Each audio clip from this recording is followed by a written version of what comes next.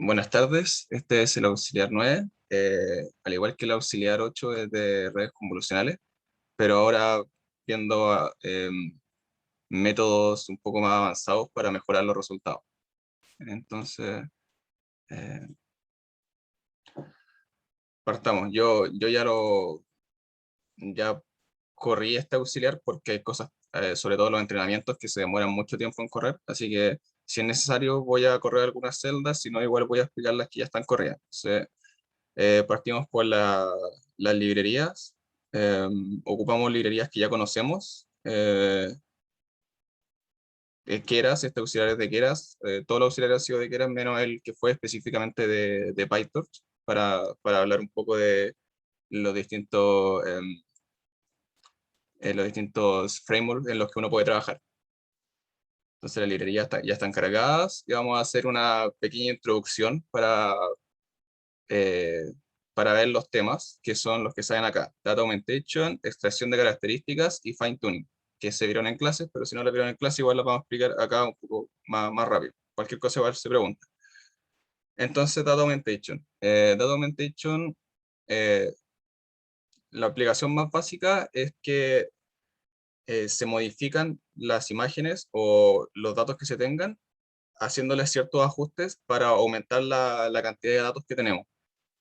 Esto se hace, por ejemplo, si estamos trabajando en imágenes, se hace rotándola un poco, cambiándole el brillo, cambiándolas de orientación, de posición, haciendo zoom. Ahí vamos a ver algunos ejemplos. Y gracias a esto podemos pasar de un dataset de, no sé, 100 imágenes a tener 1000 imágenes y que sirven perfectamente para entrenar un modelo. Se ocupa mucho el Data Augmentation, por eso mismo. Sobre todo en las redes que estamos viendo ahora, las redes convolucionales o CNN, Y, por Rafa, Convolutional Neural Network. ¿Fabián dijo algo? sí, que, pucha, mira, se me olvidó el otro día preguntárselo al profe, pero después me quedó dando vuelta algo, y ¿Ya? es que no me queda tan claro cómo, usando esta lógica de data augmentation, em, no se entra en sobreajuste.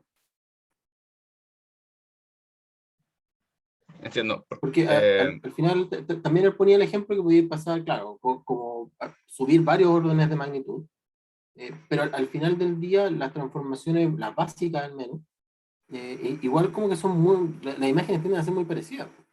Entonces, claro, con en- diferentes tonalidades, con otras orientaciones, pero me generaba esa entiendo. duda. O sea, Ya, y ya. por ejemplo, llevándolo al extremo, también desde una imagen como que podría ir cambiando en cierta posición de, no sé, ya pensemos que estamos clasificando una mascota, cierta posición de la mascota dentro de la imagen, el ancho, podríamos ir cambiando el tamaño, podría ir cambiando las tonalidades, y claro, también generar miles de imágenes, pero al final no te va a entrenar nada. Entiendo. Más que por la cantidad, se visualiza muy bien con la cantidad, pero lo que aumenta, y vamos si estamos de acuerdo con esto, lo que aumenta es igual la variedad, porque al final tenemos más variedad en nuestra base de datos, aunque sean de la misma. Por ejemplo, en este ejemplo, en la imagen que sale acá, que estoy mostrando, que salen de 10 imágenes, se tienen, voy a suponer que son 100. Es cierto que aumenta el número, pero lo que hacemos es aumentar la variedad, porque de cada una de esas imágenes se hacen modificaciones y el modelo al final termina siendo más robusto, porque está preparado para recibir en cualquier ángulo las distintas imágenes o objetos que estemos clasificando. Entonces lo hace más robusto y también aumentamos la variedad. Y es cierto que partimos de una misma imagen y no podemos esperar que sea mágico, pero sí, sí o sí aumenta la variedad, porque ahora tenemos muchos distintos tipos de imágenes. Em, Quizás con ejemplos se muestra un poco mejor, pero es cierto que no podemos decir que cada una de esas imágenes vale como si fuera una sola o una totalmente distinta. Y es cierto, entiendo el punto, pero es importante también la forma en que aumenta la variedad, porque por ejemplo esas 10 imágenes que salen arriba, también podríamos entrenar ese mismo modelo con solamente esas 10 imágenes y lo entrenamos más época, y en más época igual se va a lograr funcionar, pero, pero la variedad de las imágenes que mostramos abajo es mucho mayor. Y no sé si es Mm. que estás de acuerdo conmigo con eso. Sí, no, sí. Mira, yo creo que, claro, esa parte del ejemplo que Igual, o sea, te entiendo el punto y estoy de acuerdo, pero igual me Ya. cuesta imaginármelo. Entonces, claro, ahí cuando me decís, mira, con el ejemplo, claro, probablemente con ejemplo saber, y también entiendo que dentro de Machine Learning en general, no solamente ahora que estamos en redes neuronales, Ujú. también es harto de ir probando. Entonces, claro, al final, si esto está tan validado es porque realmente dentro de las pruebas ya ha funcionado un montón de veces, pues. Pero me cuesta imaginármelo, eso es Sí, lo que en realidad entiendo. me pasa. Y otra cosa, además de la variedad, es que afecta muy positivamente a lo robusto que puede ser el modelo, porque, por ejemplo, si consigo imágenes de barcos, probablemente siempre el barco va a estar en la mitad de la imagen. Y esto de Data Automation nos hace que puedan encontrar el barco en cualquier parte de la imagen y con distintos brillos. Robustece mucho el modelo, sobre todo cuando varían el brillo, por ejemplo, o la inclinación. Entonces, no solamente es para, para aumentar la variedad, o sea, todo está conectado al final, pero me refiero a que el modelo termina siendo mucho más robusto y eso es lo bueno, no me importa si recibo un... hay imágenes que naturalmente la gente no saca, pero, pero el modelo está listo para recibirlas. No importa en inclinaciones, porque si no el modelo se sesga. El modelo probablemente dice, no sé, pues si me llegan puros barcos que están al medio y que están siempre en esta inclinación, aprende solamente eso y eso le hace muy mal a un modelo. Eso realmente es sobreajuste. Al final el sobreajuste es aprenderte los datos de entrenamiento específicamente como son. Mm. Y ayuda al Sí, sí, sobreajuste no, por sí esto de la entiendo. variedad. Claro, no, sí, es un súper buen punto. Claro, no había pensado nunca claro, al final, incluso las fotos con las que vaya entrenando un modelo tienen como una especie de sobreajuste intrínseco porque a las Sí, personas les gusta que la también, foto sí. esté al medio. Entonces, claro, efectivamente esta cuestión te hace que sea un poco más general para el entendimiento de un barco en contextos en el que el barco no es como el punto central de la foto. Sí, pues, al final el sobreajuste, como dije, es aprender mucho, es aprenderse en memoria los datos de entrenamiento y también eso indica que no está generalizando bien. Y esto del automation hace que la generalización sea mejor. Por esto mismo de que no se aprende ciertas posiciones, sino que todo general, todo termina siendo algo más general, como busca una forma pero no le importa la orientación, como que cada vez va generalizando más y funcionando más como funcionamos nosotros también. Buena, no, buenísimo. Vale, vale. Dale, me gusta cuando hacen preguntas. Espero haber aclarado un poco la duda. Igual es una duda súper buena. Es difícil imaginárselo, estas cosas. Porque, Sí, no, como dice, totalmente, de verdad que como pasa. decía Fabián, vienen todos de la misma imagen. El otro concepto que vamos a ver, ahora lo estoy explicando rápido, porque cuando uno está en el código no da tiempo para explicarlo tan bien y uno se pierde. Es la abstracción de características y específicamente ocupando una red neuronal. Entonces, la abstracción de características es ocupar algún algoritmo o método que nos reciba nuestra, por ejemplo, imagen en este caso y extraiga lo más importante. Con redes neuronales se ocupan modelos ya entrenados que son de muchas capas y que, por ejemplo, es un modelo que puede estar entrenado para clasificar cientos de clases de imágenes. em, Y bueno, agarrar esas imágenes, hacerle muchas convoluciones, muchos distintos tipos de capas, y después decir qué tipo de imagen es, animal, objeto, cualquier tipo. Lo importante es que nosotros aprovechamos alguna de esas capas, porque esas capas saben muy bien cómo sacar las características de la imagen. Porque gracias a esas capas, después el modelo em, puede decidir qué clases son. Entonces asumimos que esas capas pudieron sacar las características y procesar bien las imágenes y las ocupamos. En este caso vamos a ocupar Inception V3, que es una red desarrollada por Google. Hay muchas redes, el profesor en las clases habló de algunas, ResNet, UNet, hay muchas y bueno, cada vez hay más, pero hay algunas que como que en los papers están muy presentes. Inception V3 es uno de los ejercicios que estaba viendo, así que la vamos a ocupar, funciona bien.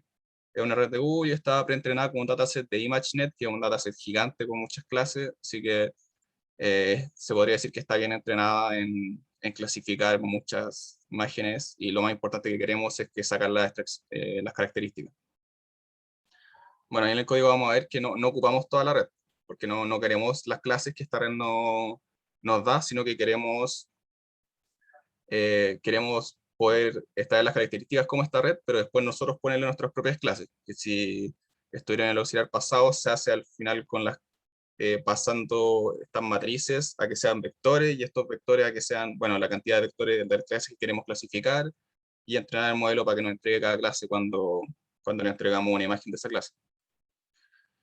Y el tercer punto que vamos a hablar es el fine tuning, que es como un paso más adelantado del que acabamos de ver, de extracción de características. ¿Por qué? Porque no solamente ocupamos una red preentrenada, sino que reentrenamos alguna de sus capas. ¿Y por qué haríamos esto? Porque, por ejemplo, si tenemos un modelo que entrenó para detectar camionetas, por ejemplo, el modelo está muy bien y sabe perfectamente cómo entrenar camionetas, pero podemos modificar alguna de sus capas para asegurarnos de que se fije también si queremos ocuparla para detectar autos, por ejemplo. Podemos modificar alguna de sus capas para que pueda cumplir este caso de uso. En este caso, por ejemplo, en esta imagen, esta red está hecha para detectar muchos tipos de clases, y después queremos ocuparla, no sé, para un caso de uso específico. Entonces decimos ya, estas capas las dejamos iguales y estas capas las modificamos. O en otro caso de uso podemos decir, no, estas capas las modificamos y estas capas las dejamos iguales. ¿Cómo se decide esto?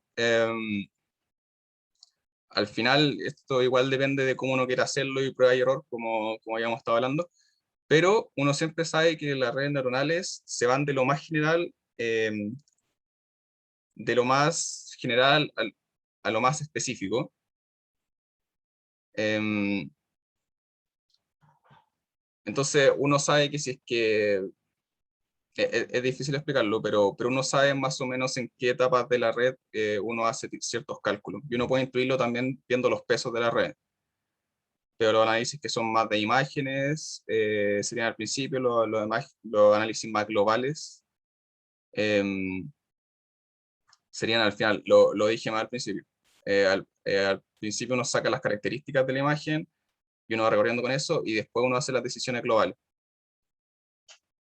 Entonces uno va de lo más general, o sea, de lo más específico para temas de la imagen a lo más global para temas de decisiones. Ya, entonces partimos ahora con el código. Cualquier duda me lo preguntan.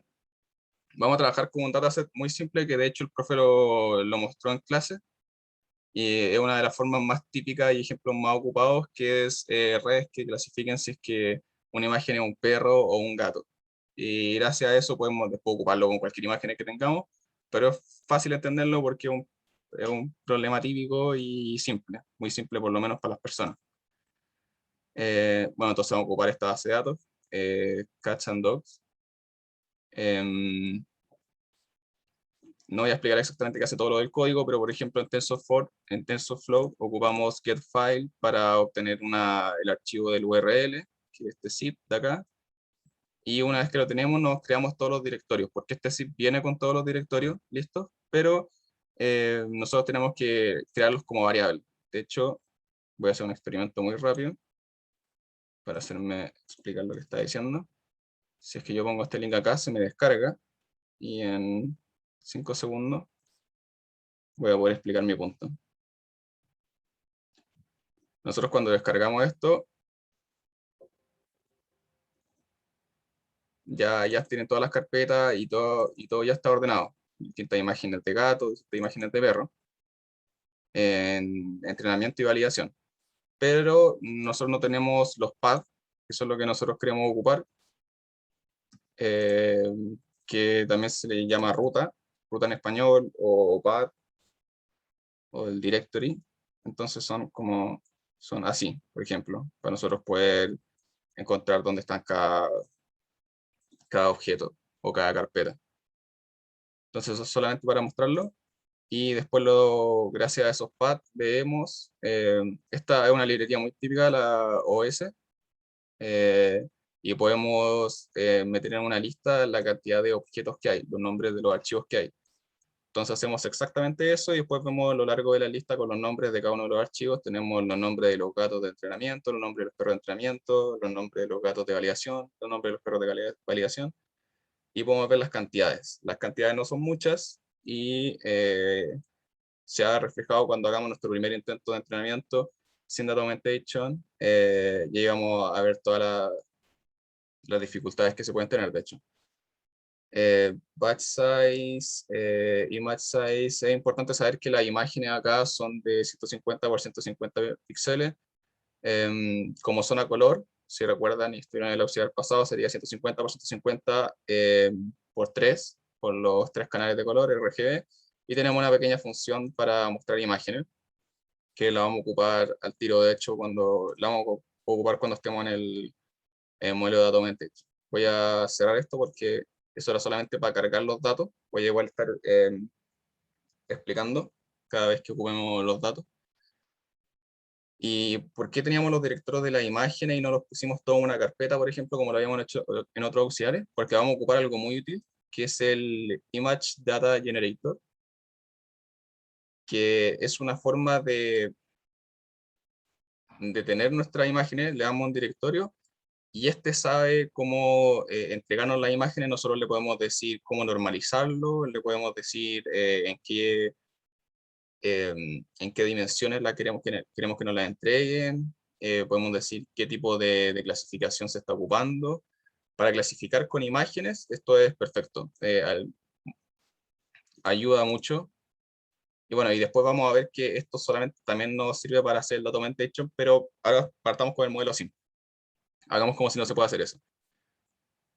Entonces ocupamos esta clase para, para crear eh, distintos generadores. Ocupamos el generador de train, por ejemplo, y después hacemos lo mismo para hacer un generador de validación. Ahora lo vamos a hacer igual, porque no estamos ocupando Documentation. Cuando ocupemos Documentation van a ser generadores distintos y van a funcionar distintos. Hasta ahora la única diferencia es el directorio o la ruta o como le quieren llamar, que es donde están mis imágenes, el tipo de clasificación, el batch size, que si se acuerdan es el porte de los batch, o sea, la cantidad de datos con las que se va entrenando la red, las iteraciones. Los batches son eso y las épocas son cada vez que pasan todos los datos. Bueno, y le damos las dimensiones, que ya sabíamos cuánto era, 150 por 150. Entonces una vez les damos las dimensiones, creamos un modelo muy parecido al que creamos la clase pasada, con capas copulacionales, como estamos viendo, y capas de max pooling, que si se acuerdan de ese auxiliar, max pooling es una operación que no es una operación inteligente, siempre no es que tenga pesos ni nada, es una operación que pasa un filtro y nos va, en este caso en un cuadrado de 2 por 2 nos agarra el máximo valor y, y solamente el máximo valor. Entonces, y en cada cuadrado de 2 por 2 nos agarra el máximo valor y eso hace que nuestra imagen disminuya. Cada max pooling hace eso, podríamos ocupar un filtro distinto, pero es básicamente para bajar la dimensionalidad de la imagen. Bueno, y las capas computacionales sí tienen pesos, sí tienen neuronas con pesos y vallas. Rafa, Sí, consulta. ¿Los max pooling siempre tienen que ser 2 por 2 o tú puedes poner, no, cambiar? se puede modificar. En este caso era de 2 por 2, pero al final uno puede decir qué filtro es y también uno puede decir cada cuánto va pasando, que puede ir Ya, pasando cada 2 espacios, cada uno, todo eso es modificable. ya, ya, bacán. Tanto en Keras como en PyTorch. Todo eso se puede modificar muy fácil. Bueno, acá tenía Dropout, un flatten que nos ayuda a pasar de capas convolucionales ya a capas fully connected o dense, o las típicas redes neuronales que conocemos. Y al final terminamos con 2 clases porque estamos haciendo una clasificación binaria. Entonces entrenamos, vamos a ocupar Adam como el optimizador. En todos los casos vamos a ocupar Adam para que se pueda comparar mejor. Le hacemos un summary para ver las distintas capas que tenemos, las salidas de cada capa. Vemos que la última salida de este tipo. Como les dije, los max pooling no tienen parámetros, porque no se entrenan. Siempre, si le damos una entrada a un max pooling, siempre va a entregar lo mismo de salida, porque estaba, por ejemplo, el average pooling, que nos entrega el promedio, y está el max pooling, que nos entrega el máximo, pero es una operación matemática solo. Y bueno, de hecho, como dije, en este caso el max pooling, por ejemplo, está reduciendo la dimensionalidad. como en un filtro de 2x2 que va agarrando el máximo, está reduciendo cada una de estas dimensiones a la mitad. Entrenamos el modelo, como ya hemos entrenado modelos, la diferencia es que este entrenamiento es por un generador, que es el que construimos arriba, generador de entrenamiento y generador de validación, que nos facilitó mucho porque se dieron cuenta no tuvimos que normalizar, no tuvimos que sacar las imágenes de algún lado, simplemente al generador le dijimos dónde estaban las imágenes, le dijimos cómo se normalizaba, que bueno, acá en las imágenes siempre se normaliza, bueno, o comúnmente se normaliza dividiendo en 255, que es el máximo valor que pueden tener. Eh, y eso es lo bueno de ocupar los generadores. Eh, y bueno, se entrenó, voy a mostrar el gráfico al tiro. Y pasó lo que no queríamos que pasara, que el train funciona muy bien y el validación no funciona tan bien. Y esto, como sabemos, es overfitting o sobreajuste, o sea que nuestro modelo sabe perfectamente cómo son los datos de entrenamiento, pero no sabe tan bien cómo son los datos de validación porque no generalizó bien.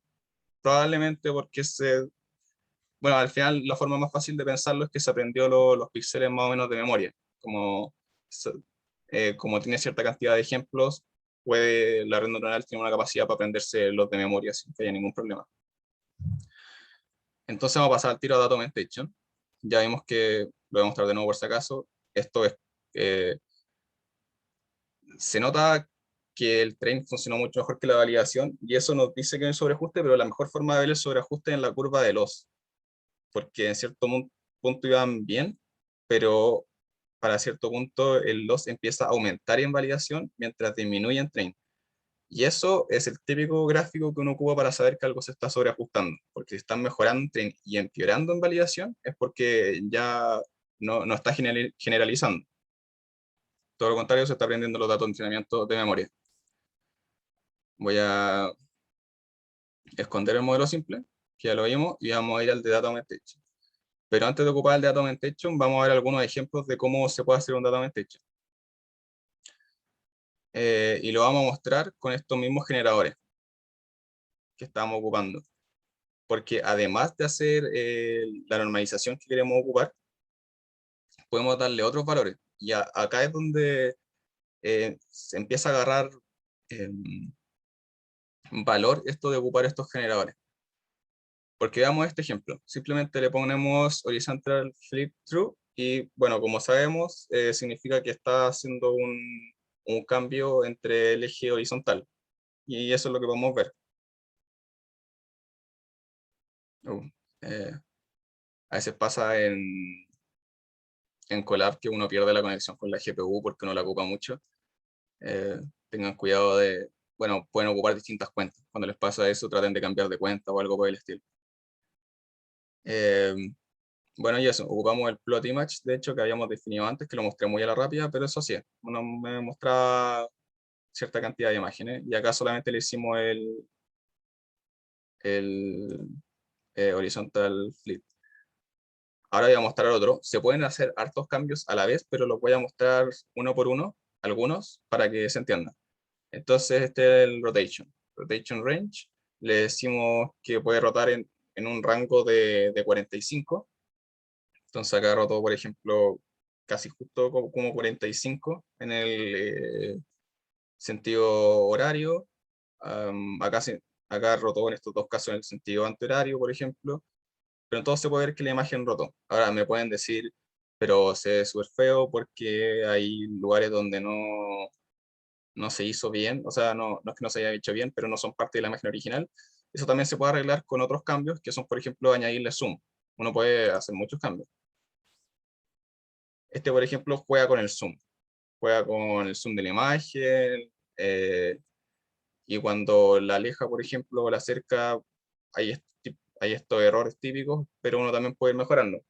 Ocupándolos por separado se ven más de estos errores, pero ocupándolos todos juntos ya uno puede eliminar algunos de esos errores.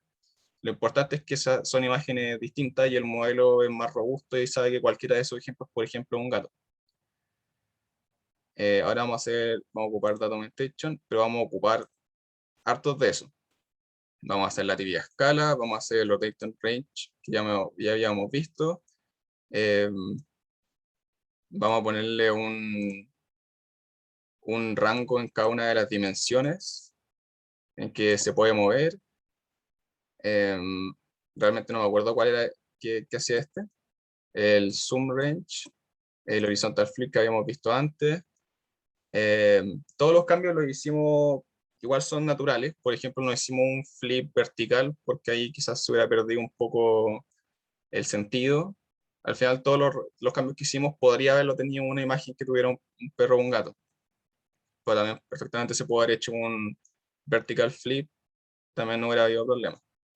Entonces esto es muy parecido a lo que teníamos en el modelo normal, en el modelo simple, en los generadores, pero el generador de train le hacemos todos estos cambios. ¿Y por qué no se lo hacemos en los cambios en el de validación? Porque el de validación nos dice, el de validación nos muestra los casos reales que queremos. Entonces ese no lo tocamos, porque son exactamente los casos reales y si queremos sacar un porcentaje de cuántas imágenes de validación tenemos bien, lo vamos a poder tener y lo vamos a poder hacer bien. Si hiciéramos el dato mente hecho en la validación, se perdería un poco toda esa idea porque ya muchas de esas o casi ninguna serían imágenes reales. Bueno, entonces Rafa, siguiendo con Yuri, sí. oye, una consulta. Entonces, al final de cuentas, nosotros estamos haciendo este data augmentation solamente para aumentar el número de variables para entrenarlo más. O sea, como aumentar, como de una imagen puedo sacar 10 imágenes para tener como más imágenes de entrenamiento. No, no en cantidad, pero en variación sí. Porque si Ya, fuera en cantidad no tendría sentido, porque si no simplemente entrenamos más época. Lo que queremos acá es aumentar la variedad, que el modelo no se ya. acostumbre específicamente a recibir un A una objeto en imagen, cierta ya. dirección, que el gato pueda estar en cualquier parte, orientado en cualquier parte, hacemos que sea más robusto, que sea más Ya, generalizado. Eso, me gustaría enfatizar que es en variación más que en cantidad. ya. Em, entonces hacemos un modelo, de hecho es exactamente el modelo anterior, pero sabemos que nuestros datos cambiaron. En los otros ejemplos nuestro modelo también va a cambiar, pero en este ejemplo solamente cambió nuestros datos y solamente de hecho en entrenamiento.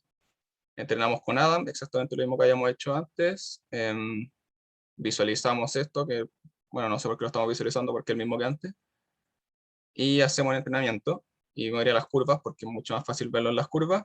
Mejora bastante, mejora mucho. De hecho, pasamos de como 78, 76 en validación, que es lo que más nos importa, a 85, 86, eso por ciento.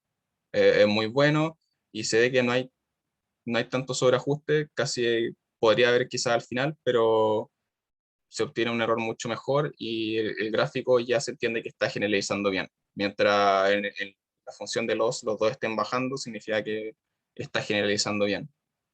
Si estamos haciendo todo el resto bien, de hecho. Ya, entonces, viendo esto y sabiendo que con el Data Augmentation mejoró bastante, vamos a ver los otros métodos. Hasta ahora el Data Augmentation es uno de los dos que íbamos a ver. Voy a guardar esto acá. Eh, Voy a hacer una recapitulación muy rápida. Vimos el modelo simple y ahora con Data Augmentation voy a esconder la parte de información que ya la vimos, pero me gustaría subir acá y ver que vimos Data Augmentation y ahora vamos a ver extracción de características y después fine tuning.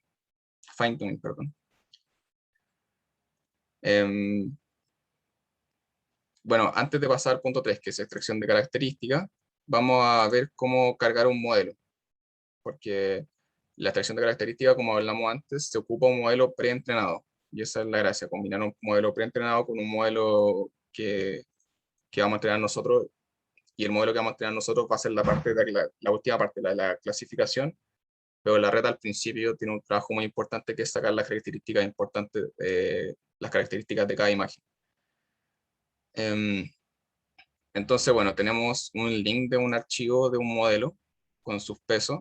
Los archivos H5 por lo general pueden ser de pesos o de modelos completos, en este caso son pesos. Eh, y hacemos el modelo que está en la librería, de hecho, de Keras.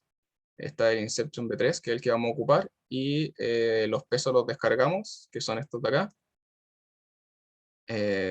Al principio creamos el modelo sin pesos ni nada, le decimos que la entrada van a ser las dimensiones de las imágenes que tenemos. y después le cargamos los pesos, que son estos, este es bueno, la ruta para llegar a los pesos, y los pesos los descargamos acá, los descargamos anteriormente con el doble get. Entonces, hasta ahora tenemos un modelo preentrenado que ya sabemos que funciona para distintas clases, pero no vamos a ocuparlo entero el modelo. No nos sirve y tampoco queremos ocuparlo entero. Pero importante, queremos que el modelo esté cada una de las capas, por cada capa del modelo, bueno, por cada una de las capas del modelo, nosotros ponemos que no pueden ser entrenadas. Entonces, que los pesos así como lo están, los queremos. ¿Por qué? Porque ya sabemos que funcionan muy bien para extraer características. ¿Y qué vamos a hacer? Vamos a agarrar alguna de las capas del modelo y vamos a juntarla con algunas capas que nosotros creamos para darle término al modelo. ¿Y por qué? Porque el modelo es muy grande, no está acá. A ver, voy a correr esto porque no estoy seguro que está corrido y que no. Como esto lo corrí antes por los entrenamientos. A ver, bueno, esto ya está corrido, no hay ningún problema. Voy a visualizarlo para que me crean de que es muy, muy grande este modelo. Sumar, creo que era con los corchetes. Y este es el modelo, es gigante. Son muchas, muchas capas.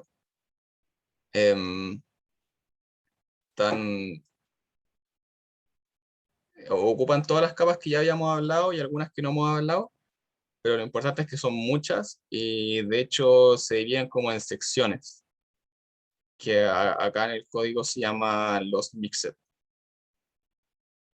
Son muchas secciones, de hecho creo que son como 9, no sé, pero nosotros vamos a agarrar alguna de estas capas y de ahí para abajo nos vamos a pescar el modelo. ¿Por qué? Porque cómo, nos interesa cómo saca las características, como dije, no cómo clasifica. Por ejemplo, este modelo al final termina en esta dimensionalidad, que de hecho no nos interesa mucho. Y por eso mismo lo vamos a cortar antes. Lo vamos a cortar en una parte que sabemos que ya nos sirvió para sacar las características de la imagen, y de ahí en adelante nosotros podemos ocupar un modelo para poder, como saben, llegar a las fully connected o a las capas dense y llegar a un vector que sea en este caso de 2 solamente, que es por las clases que queremos clasificar. Entonces ponemos que las capas no se puedan entrenar.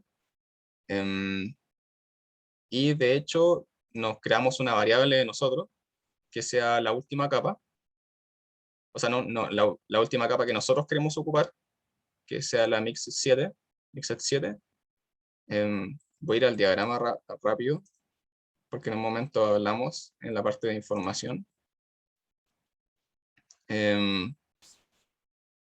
Al final, acá pasa 3 veces, la mixed 7 creo que es justo al final de este, porque cada uno de estos bloques sería un mixer. Entonces, si es que no me equivoco, la mixed 7 sería justo al final de esta cama. Ya, entonces,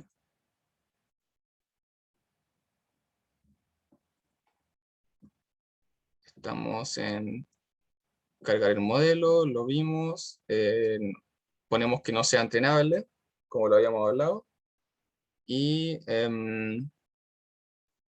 bueno, como queremos ocupar solamente hasta esta capa, necesitamos saber cuáles son sus dimensiones, para después nosotros que calce, porque si es que no calza, quizás nos va a decir cómo hay un error. Las capas tienen que ir calzando entre una y otra. Entonces vemos que es de 7 por 7 por 768. Entonces necesitamos que nuestro nuevo modelo que hagamos, agarre esas dimensiones y las transforme en 2, solamente en un vector de 2. Porque como dijimos antes, necesitamos clasificar entre dos clases, ¿no? Y ahí tenemos el modelo. Recuerden que se llama Pre-Training Model. Y ahora vamos a partir la parte de extracción de características.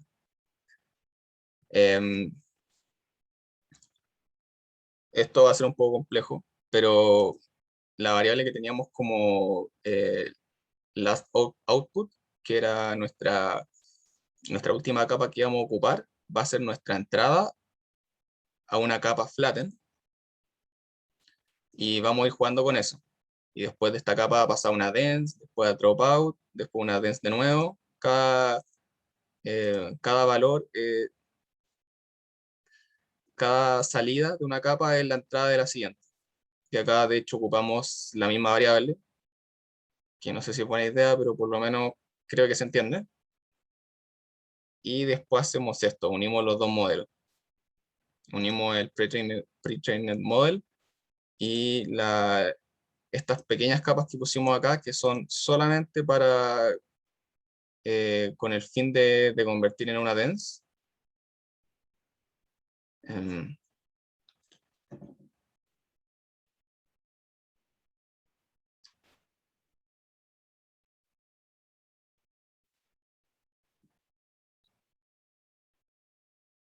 Ya bueno, entonces creamos los generadores, como habíamos hablado antes. Ocupamos de nuevo Data Augmentation, porque no hay ningún problema con que ocupemos Data Augmentation. De hecho, estos son algoritmos y métodos que se pueden combinar unos con otros.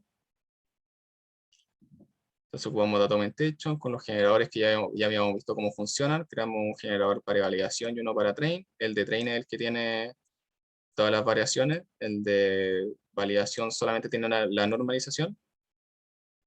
Y entrenamos. Acá en este caso entrenamos solamente 2 épocas porque nuestra red que sí se puede entrenar es bastante chica. Entonces no hay problema aunque sean pocas épocas, igual puede haber sido más.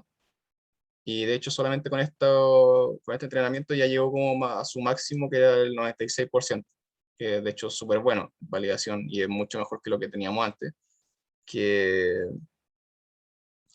en el modelo anterior, no me acuerdo cuánto, creo que habíamos llegado como 80 y algo, no habíamos llegado a los 90. Al final, de hecho, se puede haber hecho un gráfico que uniera a todos, pero igual se ve. Acá llegó como 86. Y con el simple cambio de agregar el modelo preentrenado y que saca las características y que, bueno, está mucho más entrenado que las épocas que entrenamos el anterior, mejora muchísimo. Es muy bueno ocupar métodos redes preentrenadas o parte de ellas. Entonces se obtiene un buen resultado y acá lo graficamos, los dos accuracy,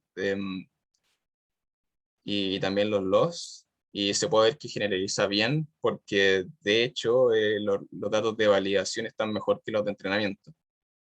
En los loss, que bueno, están súper similares también, al final terminan siendo súper similares, y en los accuracy, que ambos terminan siendo de 90 y tanto, que es un muy buen resultado de hecho.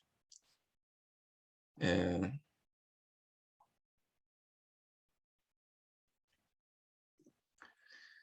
y vamos a pasar ahora a fine tuning.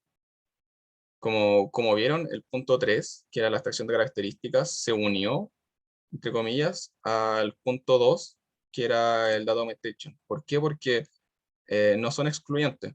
Porque data augmentation, como vieron, era una modificación de los datos de entrenamiento y, y la extracción de características, en este caso con redes neuronales, era una modificación del modelo en sí. Entonces, no son independientes. Se puede agregar uno, agregar el otro, agregar ambos. No hay ningún problema. Y fine tuning, que es el que ya habíamos hablado un poco en la introducción, trata, eh, está muy correlacionado con el punto 3 de extracción de características. ¿Por qué? Porque fine tuning se trata sobre ocupar una red entrenada y modificar ciertas capas. Esto porque, esto específicamente para mejorar el caso de uso, porque es cierto que, como dije antes, estas capas están hechas para sacar extracción de características y al final las últimas capas son las que se encargan más de clasificar, pero uno igual puede modificar algunas de estas capas porque uno sabe que las características que está sacando igual tienen que ver con las clases en las que está clasificando después.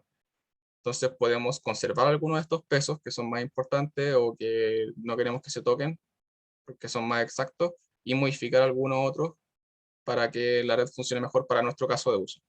O sea, que extraiga las características, pero como nosotros queremos extraer algunas características que quizás el modelo no había contemplado, no sé.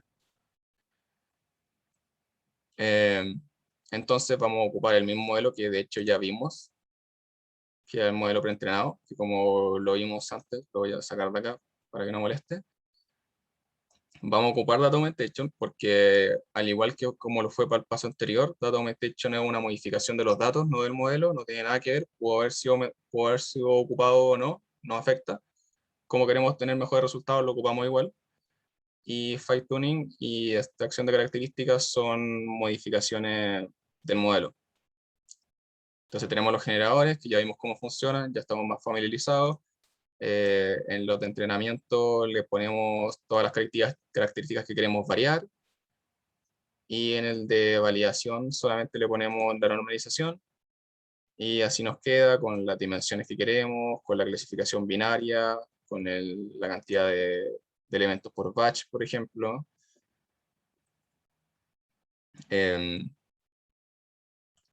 Ya, entonces, acá un cambio interesante e importante que hacemos es que si recuerdan, y bueno, de hecho voy a ir al punto,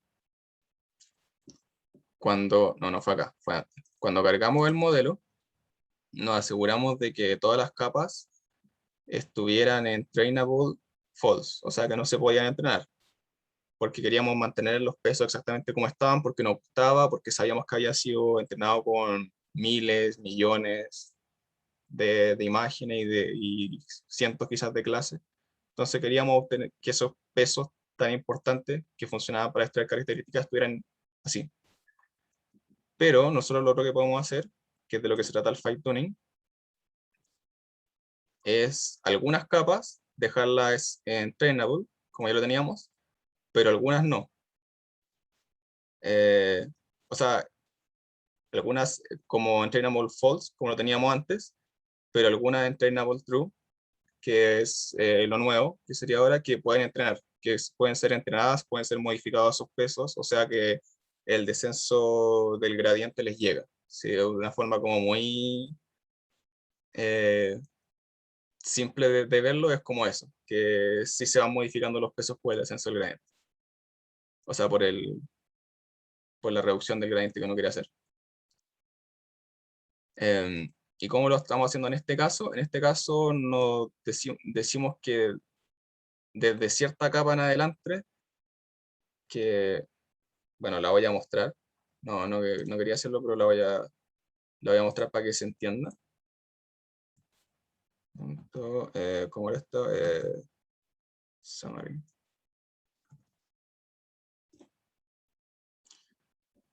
Vamos a agarrar hasta cierta capa, porque hay muchas, como ya habíamos visto, pero nos vamos a ir hasta el Mixed 7.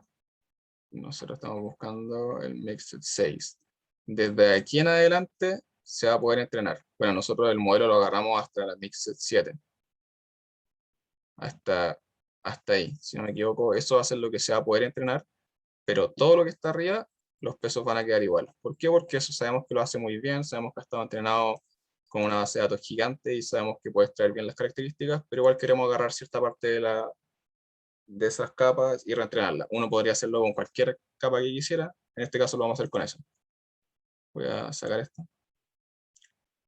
Entonces, ¿cómo funciona este for?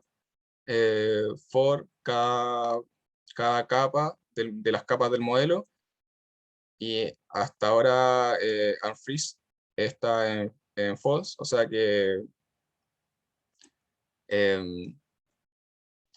bueno, cuando sea true vamos a hacer que las capas sean entrenables, entonces está en false. Entonces va a pasar por acá y solamente cuando el layer sea este, que fue el que acabamos de ver, va a pasar a true.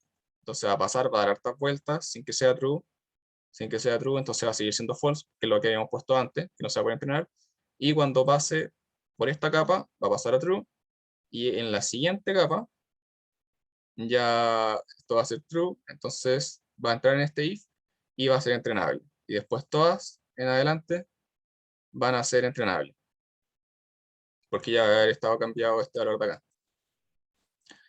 Entonces las que había subrayado antes, con el mouse con azul, van a ser las que se van a poder entrenar. Entonces hacemos el modelo, le hacemos el Fit Generator, que es lo que ya habíamos hablado antes, con los dos generadores, tanto de entrenamiento y de validación, que ya habíamos visto, tamaño de batch, todo, y entrenamos. Y acá ploteamos los resultados. No voy a hablar sobre estos gráficos que se han repetido ya 4 veces, y perdón por no haberlo hablado de esto, pero son los que hemos ocupado en muchos auxiliares, que básicamente va a mostrar el gráfico. Porque recuerden, o si recuerdan de otros auxiliares, cuando uno entrena, uno tiene la opción de obtener la salida, obtener como un return del entrenamiento, el history, que son los valores de todo el entrenamiento. Uno los puede como colectar. O no, si uno no quiere tampoco, no obligación, uno puede poner solamente el train. Bueno, y acá tenemos los resultados. No mejora tanto de lo que ya teníamos, pero igual es importante aprenderlo y saber que funciona. Mejoró un poco en los números. Igual hay que saber que cada vez que nos acercamos al 100%, cada porcentaje es más importante y más difícil de obtener. O sea, pasar del 80 al 81 es muy distinto a pasar del 96 al 97 como hicimos ahora. Es un paso bastante importante, así que aunque en el gráfico no se ve tan asombroso y tan impresionante como lo que hicimos, como las primeras veces que pasamos de un modelo peor a un modelo mejor, o de un algoritmo más simple a uno un poco más sofisticado, esto igual es una mejora importante y una buena forma de trabajar. Y entonces se obtienen un poco mejores resultados. Acá podemos ver el loss también, que están cercanos, están ambos bastante bajos. Entonces me gustaría recapitular. Voy a hacer un pequeño resumen porque el fine tuning ya vimos cómo funciona. Cualquier duda me la hacen, pero mientras no salgan dudas voy a hacer una recopilación de todo lo que vimos, porque se carece de lo rápido y estoy intentando más ver los modelos que cada línea de código, porque la línea de código la pueden revisar después, pero la idea global igual es importante mantenerla. Entonces, cargamos la base de datos, hicimos un modelo simple, tal como lo habíamos hecho en el auxiliar pasado, de capas copulacionales y después capas de pooling, después una capa para pasar de capas de dos dimensiones a solamente de una dimensión, o sea, vectores. Bueno, raro porque son como vectores de neuronas, pero vectores. Y después de Fully Connected a reducir la dimensionalidad a una Fully Connected o dense de solamente dos perceptrones. Y gracias a ese modelo obtenemos los siguientes resultados que, como hablamos antes, se sobreajustaban porque las imágenes no tienen tanta variación como nos gustaría y el modelo es capaz de aprendérselas de memoria, de forma más fácil de verlo. Y eso se ve mucho mejor y se sabe mucho mejor cuando uno revisa el loss, porque si el loss de validación está aumentando y el loss de entrenamiento está disminuyendo, significa que hay sobreajuste siempre, porque el modelo está aprendiéndose los datos de entrenamiento. Después pasamos a Data Augmentation, y con el Data Augmentation hicimos algunas demostraciones más gráficas de cómo funciona el generador. Uy, no debería haber corrido eso. Cómo funcionan los distintos generadores, las modificaciones que podemos hacerle a las imágenes, el zoom y todo, y vimos que los resultados mejoraban muchísimo.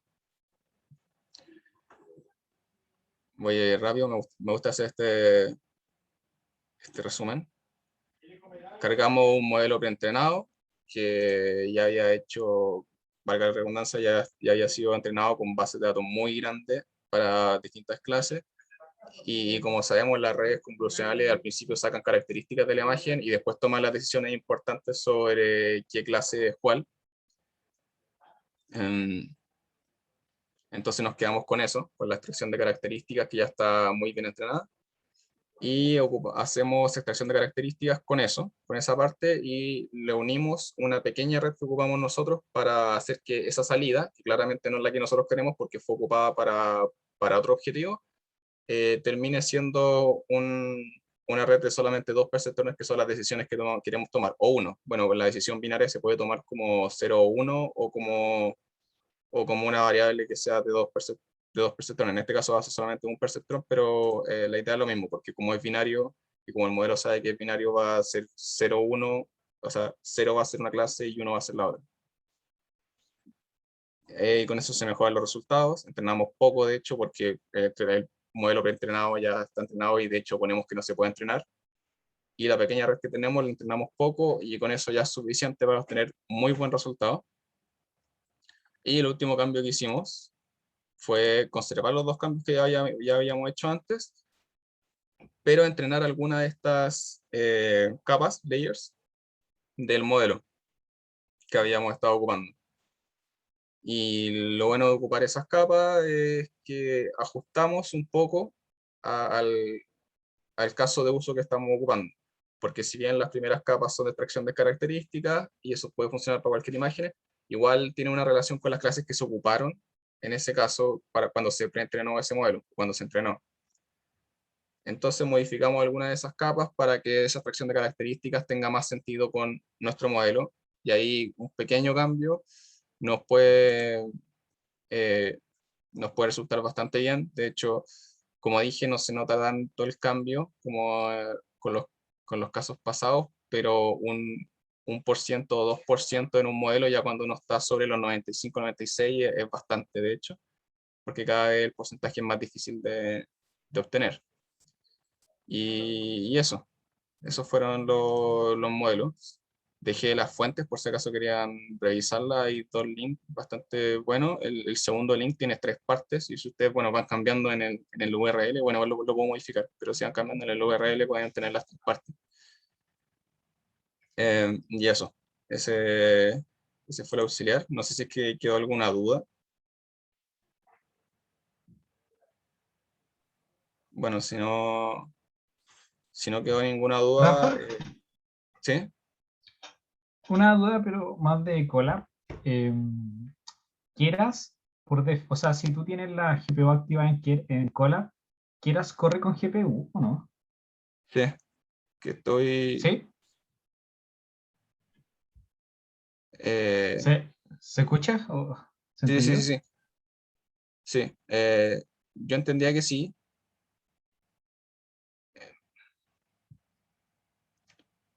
Entendía que O sí, sea, porque pero en PyTorch hay que hacer sí, como es todo el verdad. trabajo sucio. En PyTorch uno dice si la está ocupando o no y en Keras no. Tengo entendido que sí, pero te lo voy a averiguar porque no estoy 100% convencido. Ay, Yo bueno, tenía entendido que sí, pero no me quiero arriesgar. No me quiero arriesgar. Pero eh, voy a averiguarlo rápido. Pero tengo entendido que sí porque me funciona mucho más rápido cuando lo ocupo. Pero voy a averiguar, es una buena pregunta. Es una buena pregunta, sobre todo cuando uno se mete con redes convolucionales, que la GPU es un caso, eh, eh, afecta mucho si se ocupa o no. claro. Buena Em, pregunta. Lamento no tener la respuesta 100% segura. Yo diría que sí, pero igual voy a revisarlo. sí, puede que sí, la verdad, porque igual corren rápido en Keras los modelos. Entonces, Mm. pero se puede googlear, quizás. Sí, sí, bueno, Sí, sí.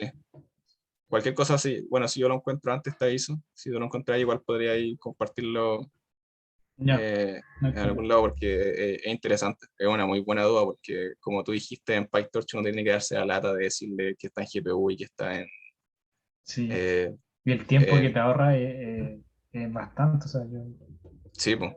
Y la los errores diferencia también, hay más. sí, po, y te Sí, ahorra hartos errores también. El, el típico error de operar algo que está en CPU y algo que está en GPU. Eh, claro. bueno, si yo averiguo antes, te aviso, porque es una muy Sí, buena sí, no pregunta. hay problema, era como una duda Ujú. que nada, porque vimos el otro día en PyTorch había que decirle manualmente, entonces Sí, igual, po. Sí, po, quizás que era hermoso y hace todo por sí solo, así que lo más probable. lo más probable, voy a averiguar, pero yo creo que debería ser así, porque es más simple. Sí, sí. Dale. Bueno, si no hay otra duda, eh, eso sería por ahora. Así que nada, que tengan un buen fin de semana y buena semana de receso, porque estoy casi seguro que la próxima es de receso, a no ser que me haya equivocado. Sí, de receso. Sí. Buenísimo, Al buenísimo. fin. Bueno, que lo pasen bien esa semana de receso y bueno, si se tienen que poner al día, ojalá puedan hacer ambas cosas, descansar y poner al día. Y eso, buen fin de semana y bueno, para los que celebran Halloween también. Vale, Rafa, que Eh, estés bien, cuídate. Gracias, Chao. Rafa, Muchas que te vaya gracias. Chao, bien. chao. Chao, Chao. Chao. gracias.